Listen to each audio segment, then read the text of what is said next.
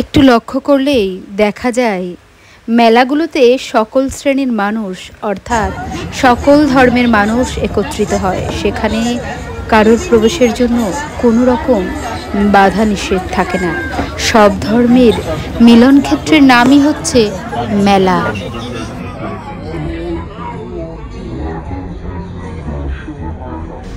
আমাদের আড়ংঘাটাতে ৩০০ বছরের পুরনো এই মেলা যুগলবাড়ির মেলা। আর আমাদের আড়ংঘাটা বিখ্যাত এই মেলার জন্য। এই মেলা অনেক ঐতিহ্য বহন করে। এই মেলার পেছনে লুকিয়ে আছে অনেক ইতিহাস। ছোটবেলায় দেখতাম প্রায় ১ মাস ধরে এই মেলা চলতো। আর এখন দিনের সংখ্যাটা একটু কমে এসেছে যদিও, তবু মেলার যে আনন্দ, যে ঐতিহ্য, কোনো কিছুই কিন্তু কমে আসেনি।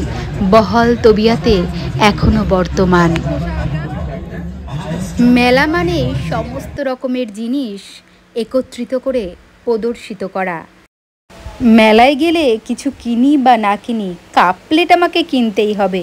প্রতি বছর আমি এই যুগল মেলা থেকে কাপ প্লেটগুলো কিন্তু বেছে বেছে দেখে দেখে কিনে নিই।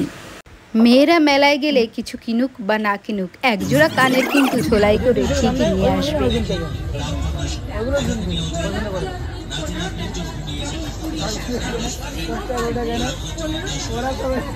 মেলায় গিয়ে মেয়ের বায়না মার্শমেলো খাবে।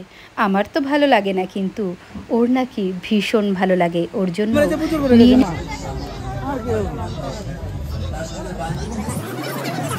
মেলায় এসেছি আর ফুচকা খাবো না, এটা তো হতে পারে না। আর সবথেকে বড় বিষয় এটা যে মেলায় বা যেখানেই যাই না কেন, আগেই খুঁজি পরিচিত কোনো দোকানদার বা পরিচিত কোনো মুখ আছে কিনা। আর এই দেখো, এই মনাটাকে পেয়ে গেছি মেলার ভেতরে। তো এখান থেকে আমরা আজকে ফুচকা খেয়ে নেবো। ফুচকা খেয়ে নেওয়ার পরে আমাদের আর একটা বায়না রয়েছে, সেটা হচ্ছে ঘুগনি। যেখানে বলছে যে কাঁচরাপাড়ার বিখ্যাত ঘুগনি, তো ঘুগনিটা ট্রাই করব। আর ঘুগনিটা নেওয়ার সময় আমরা একটা পার্সেল করেই নিয়ে যাব, কারণ বাড়িতে গিয়ে খাওয়ার প্ল্যান রয়েছে।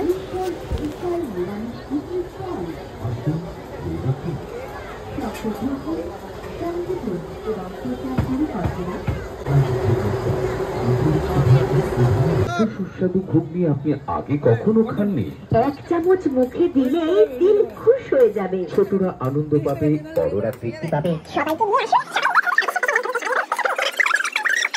ভাবছিলাম খাওয়ার পর্বটা এখানে শেষ করব, কিন্তু এখানেই কিন্তু আমি খাওয়ার পর্বটা শেষ করিনি। কারণ রাস্তার ধারে বসেছে খুব সুন্দর একটা পাপড়ি চাটের দোকান, আর সেখান থেকে পাপড়ি চাট না খেয়ে বাড়ি যাব, এটা তো হতেই পারে না। তো চলো আজকের জন্য এইটুকুই।